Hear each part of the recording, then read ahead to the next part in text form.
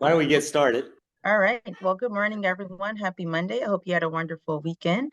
I believe our AMCC team is in Wisconsin, and so excited to hear from Woo! excited to hear updates and learn from the Wisconsin team. So I will not delay us any further. Matt, I'll pass it to you. Great. Thanks, Michelle, and good morning, everyone. 10:30 here Central Time for our weekly AMCC National Call. For those that are new, this is a weekly call that's been happening for years with regional leaders and BFFs from federal agencies, NGOs, private players, all focused on strengthening American manufacturing. Please put your name and affiliation in the chat, and you can also drop, important info about any of the activities that you have going on into the chat. Part of the outcomes of these calls is folks connecting with one another and sharing best practices. So do that in these efficient, short weekly calls, which also go hand in hand with the AMCC update newsletter that comes out every week at the end of the week. If you're not on the list to get the AMCC update, go to the website. You can sign up there, or you can just drop a request to David Van Sicklen in the chat here, and he can get you signed up and share it. Get other folks in your regional network and other BFFs to sign up so that we can all bring this evidence to bear and do better in regions and across the country, strengthening American manufacturing. Let's see here. We do these Monday calls, raising important issues, of course, and one of the activities, in addition to the calls and the AMCC update every week, is as Michelle said, we do these AMCC roadshows, and we're delighted here to be here at Exact Sciences in Madison, Wisconsin. And we're going to hear more from Exact Sciences because they're launching one of the new tech hubs from EDA. And so that's going to be exciting to hear from them. But as you know, during these calls, we also kind of highlight a few things, and we do some ad libs too, because we're, we can pivot quickly. So I didn't finish my thank yous, to Gene and Buckley and Fred, who have been stalwarts in creating our AMCC Roadshow here. So thanks for that, and Exact Science for hosting us here. The ad libs, I'm gonna highlight a few things from the AMCC update, but the ad libs for today have to do with one, with the DoD Defense Manufacturing Community Support Program. As you know, it was one of the early federal programs that invested in this bottom-up methodology that many of you around the country have been working on for many years. It's gone on for several years. 23 regions around the country have been federally designated and supported to get their backbone organization working together. But it needs a new appropriation. As to all of these federal interventions, they all have their season, and they need to, be re-upped and modified and improved. And so there's stakeholders in the AMCC community that are going to, I see Talinda Larson on there, her and many others that are going to be honchoing a sign-on letter so that folks in Washington can hear about the benefits of that and why it ought to continue so more regions around the country can strengthen their defense industrial base. One of the 6 kind of key manufacturing industries we need to strengthen around the United States. There's another reason why we're psyched to be here at Exact Sciences, because their Tech Hub program is focused on health, which is one of those 6. So very cool. So that's one of the ad libs up front. The second ad lib has to do with our BFFs from the Department of Energy, the Manufacturing Energy Supply Chain Office. And we got Rob Sozansky, Rob, to take a minute to talk about what DOE just dropped on Friday, which is this $425 million funding opportunity. Rob, you there? I'm there. Thanks so much, Matt. So the Office of Manufacturing and Energy Supply Chains has announced a $425 million grant program for small and medium-sized manufacturers in coal communities and take that with a bit of a grain of salt, because qualifying coal communities are any communities that had a retired coal-fired generator or a coal mine. There are a lot of qualifying communities all over the country, Rust Belt, Appalachia, Mountain West, the Southeast, even the Northwest. So if you know folks who are working to either manufacture clean energy products or are looking to decarbonize their facilities, agnostic of what they're manufacturing, they could potentially be applicants for this program. We are really looking forward to having some great projects. So any way that you can spread the word would be extremely helpful. I'm going to drop some information in the chat, and we do have a webinar for the program coming up on Thursday, March 14th at 3:30 Eastern time. So thanks so much for the plug, Matt. And I will, like I said, I'll drop some information in the chat here. Awesome, Rob. Thanks very much. And check it out, get it out to your networks. If we're going to, make this an American century, we're going to need to have clean energy, and we need to get these interventions out there and in play. So thanks for being on the call, Rob. Your office has been great, and sharing that information.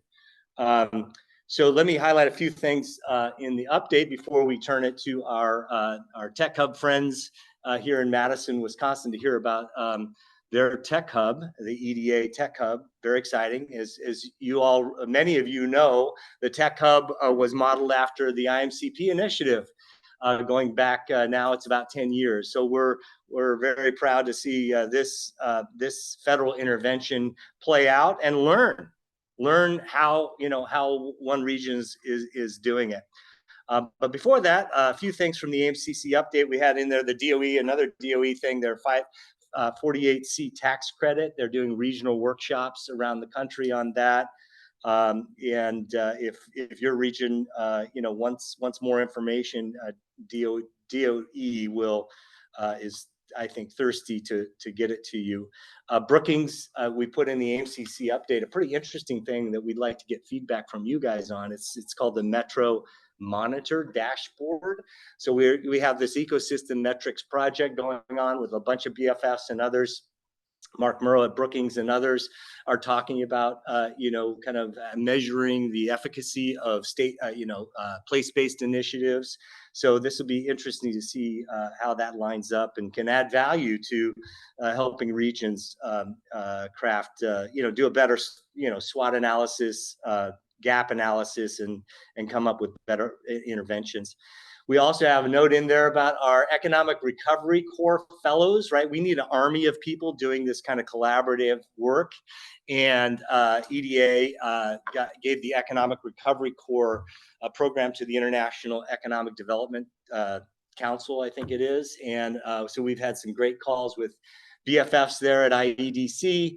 And they announced their 65 fellows, and we are so psyched because we have one from the Wisconsin area here with us. So I want to introduce Francis Henn.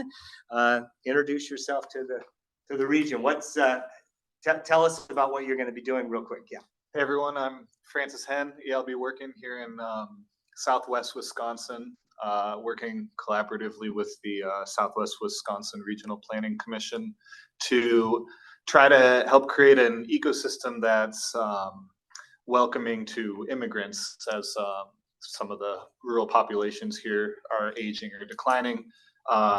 We feel it's important to work to attract and retain immigrants, so through consolidating resources and translating resources, and just kind of a whole broad approach to what makes this part of the country an area that's attractive to new people, new Americans. Awesome, Francis. Thank you so much. Welcome. And you can expect on these calls to have more Economic Recovery Corps fellows participating. So super psyched about that. Anyway, there's lots in the AMCC update, curated links to funding opportunities, We've got the podcast Manufacturing in American Century with the mighty Matt Fieldman from America Works, who is here with us on this AMCC Roadshow. He's also on the podcast. That's a great synergy, Matt, coming together so that we can learn and share what folks are learning around the country. Okay, with that wind up, Aaron, I want to introduce Aaron Oliver from Exact Sciences, who helped to honcho the Tech Hub application and success here in Wisconsin. Aaron. Thanks, everyone. I'm Aaron Oliver. I'm actually from University Research Park. Oh, I'm sorry. Which is the University of Wisconsin's technology-focused real estate arm. But we are sitting here in the Exact Science headquarters, which is located in Research Park. We're joined by Katie Boyce from Exact Sciences and Idella Kangas from UW System as well. Or excuse me, Universities of Wisconsin. And I wanted to tell you a little bit about the Tech Hub application in Wisconsin. Do we have the slides? All right. Great. So let's skip ahead. I pulled together a couple of economic slides just to kind of ground us. And these are specifically for the Madison region because we're being hosted here today by the Madison Area Regional Economic Partnership and our local MEP. And so I grabbed a couple slides kind of showing you what Madison has to offer. This one's showing the location quotient of a number of MSAs around the country. And one of the things that's really distinctive about Madison is that we're actually what I called a triple threat. We're one of the few regions in the country that has strength in both software, medical devices, and equipment manufacturing, as well as life sciences. And in software, one of the things that's important to know is that we're home to Epic Systems, which has got the majority of the nation's medical records on it. So most of that software is actually health IT related, which is going to be important for our Tech Hub. Let's go to the next slide.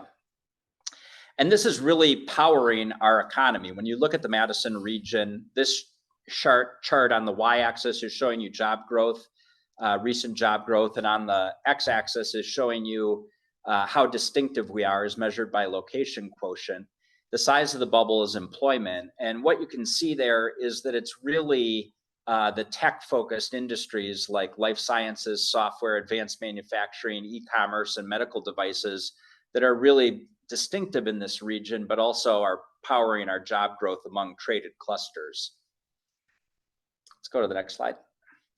And so, Matt mentioned Brookings earlier, and Brookings actually ranked Madison as the #1 region with potential to emerge as a tech hub a couple years ago in some of their seminal work that led to the creation of the Tech Hub program. And our partner region, the Milwaukee region, appeared as number 17 on that list. So there's a real strength. I didn't pull slides for Milwaukee because we're here with MadRep today. If you looked at Milwaukee, it's a little different. It's even more manufacturing heavy than we are. So there's a good synergy between tech and manufacturing in these two regions. Go ahead. This is a busy slide. Let's skip over that one in the interest of time. These are some of the statistics that kind of just demonstrate kind of our proof points. This is across Wisconsin, but you can see that there's 50,000 jobs in the biohealth industry, high wages. There's a lot of manufacturing, 34% more concentrated in medical device manufacturing than the US average, and a huge research base here that we have the opportunity to build off as well. Let's go to the next slide. This one I want to talk about for a minute. I'm an economic developer by background, and when you think about traditional technology-based economic development, a lot of times you really only think about that top circle, which I've labeled invent technology.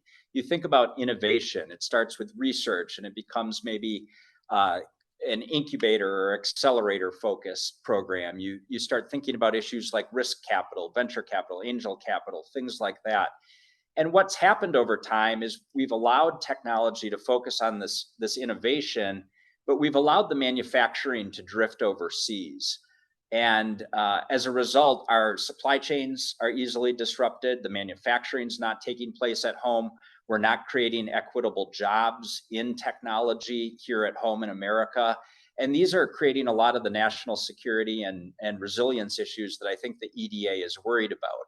So part of our model is to really focus on the second bucket as well, build technology, to make sure that we are linking the innovation aspects that I was just speaking of with our manufacturing strength, particularly by building on the Milwaukee region.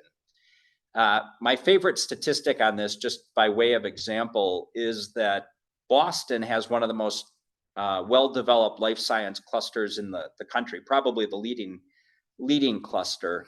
Massachusetts as a whole has 1 million people more than Wisconsin has, but they employ half as many workers in manufacturing as Wisconsin. There's a lot of innovation, no manufacturing. We're trying to change that.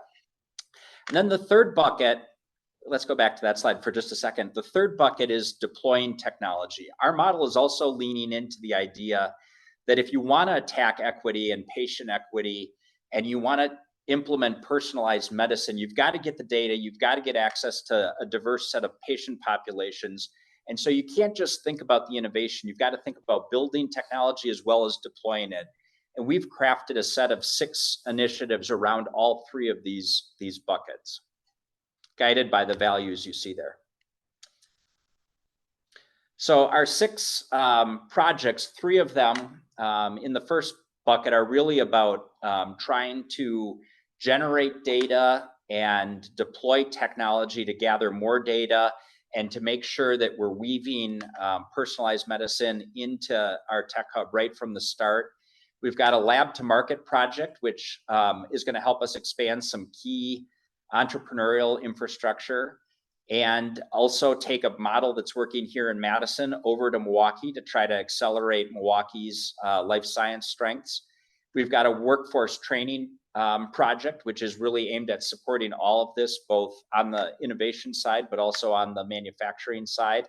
And then we've got a governance project to help kind of stick us all together and keep the collaboration that Idella and Katie started during their phase 1 leadership going across this initiative. I might have another slide or two. This is kind of showing you the Tech Hub consortium members, which probably isn't of much interest nationally. And that's what I have today. Well, one of the things we were talking about earlier, Aaron, was putting together the application and the challenges and opportunities that presented. Can you talk a little bit about that? Yeah. Well, so in the phase 1, one of the amazing things that happened is our state, led by our governor's office and the Wisconsin Economic Development Corporation, really got together to try to crystallize the state around developing one initiative. And they picked Katie Boyce and Idella Kangas to lead that initiative. So they should talk about how we got designated. Great. Katie? Yeah. Well, thank you, Aaron, for that. And Idella and I were very honored to be able to lead the phase 1 designation. And I think the big takeaway from that experience for me, and then you should speak to your experience, but was the need and the challenge to have one state application. How could we really rally everyone that had a particular interest to be around one application? And it was not an easy way to do it, but we really needed to have that so we could all rally around one thing. And I think that allowed everyone to be on board with, here's what it is, here's what's for Wisconsin. And then at the end of the day, not only our individual stakeholders and organizations within Wisconsin, but also our federal delegation, both Democrats and Republicans, to be supportive of our statewide application. I think to continue on that, because we did get so many individual entities collaborating, it required a lot of conversation in very short order.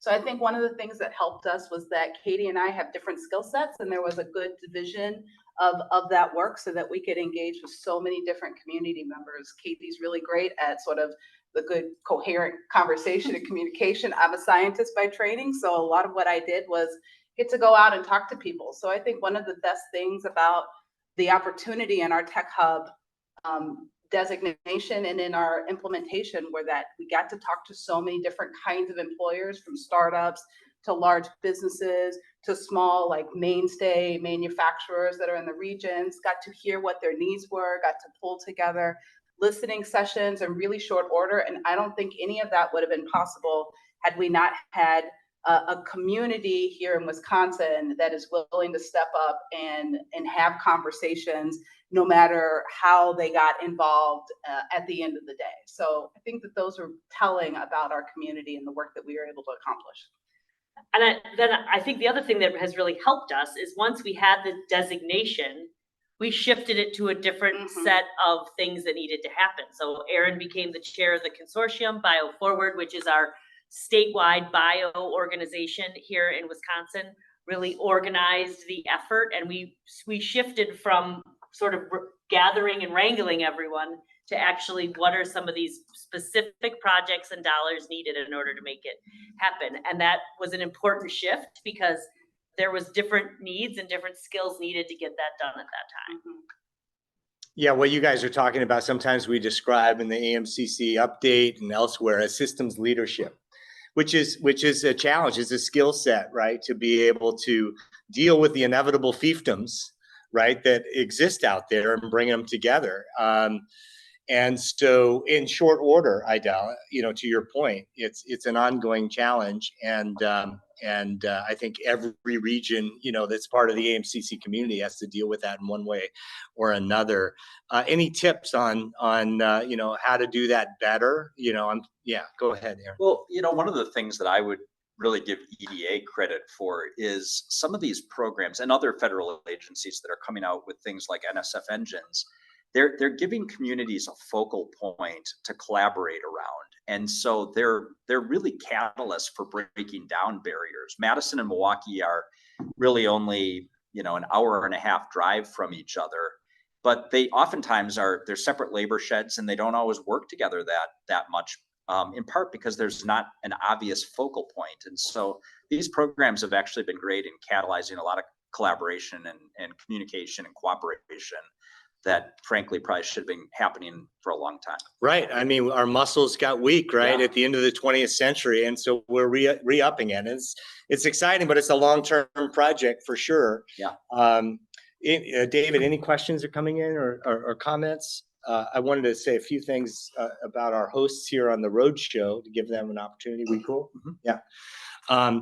So thank you, Aaron and Katie and Idella, for your leadership and sharing it with the rest of the nation, right? Because as important as it is to have every region thrive, we've got to do it in a way that helps America thrive, right? And so we're excited to learn from you and share these best practices, and then offer up participation in this network, not just you guys, but other folks as a part of your tech hub, to at least get those two efficient weekly activities, which is when they can, the 30-minute call and the AMCC update. These are free open source, resources. And so more to come on that. So thank you very much. And please. We have James Lee. Oh, James. Yeah, in Texas. How you doing? Doing well, Matt. Thank you for the meeting. And I have a quick question regarding the Wisconsin hub, and we are curious about if you can give us more details about your hub in the future. And we have a very challenging healthcare issue here in our region, but I guess the local government and the university has been trying to secure funding around those topics, healthcare and manufacturing. Around the healthcare industry, but it would be great if you can give us a little bit more, information about the EDA Hub program. And I don't know if this is possible, but looking forward to it. James, David can drop in the chat a link to the EDA Hub program, which has got a description on there of what they're doing here in Wisconsin. It is exciting, and I think it's the kind of entrepreneurial activity that I can already tell is happening. That hopefully, when we come down to Texas, we can talk more about that. I see Dorsey's hand up. Hi, thank you. So I'm working out of Peoria, Illinois.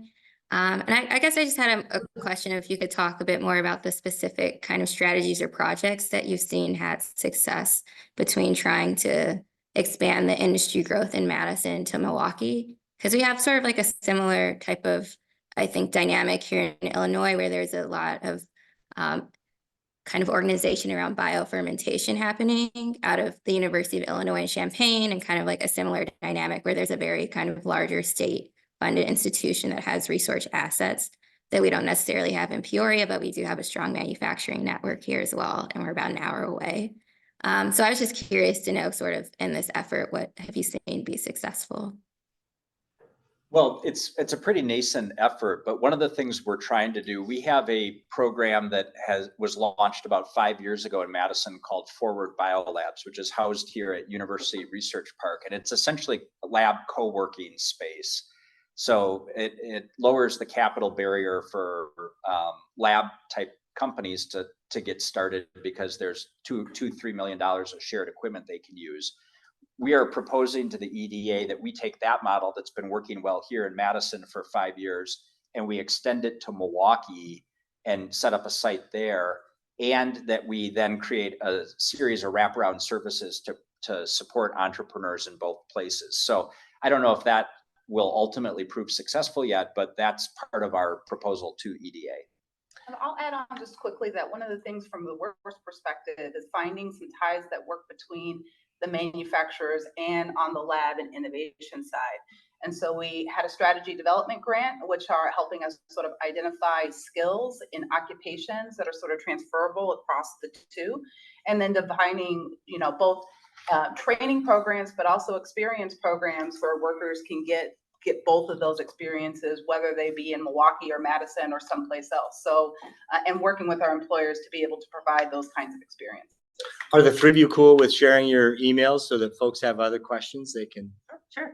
Yeah, is that okay? All right. And I think, Dorsey, the one thing that I point out that I think has just been very foundational to this work getting going has been the willingness, probably for the first time in a long time, for both of those cities' economic development sort of universes to even have the conversation about how to do it together. So I think that's been a foundational piece. And for example, the University of Wisconsin's medical school with the Medical College of Wisconsin, which is based in Milwaukee, to have real serious conversations about research. That those things were not naturally happening. They had to be forced a little bit, but I think at the same time, people were willing to have the conversation. So I think that's been a foundational piece of this. So thank you again. You know, we keep these calls to just 30 minutes, and because we appreciate everybody's time. But before we leave today, I want to give Buckley, Jean, and Fred the opportunity to talk about the AMCC Roadshow real quickly. Mad Reps, a long history in trying to, build up this bottom-up model. Jean, do you want to? Oh, sure. Just very quickly, our organization, the Madison Region Economic Partnership, we're one of 9 regional economic development entities in Wisconsin.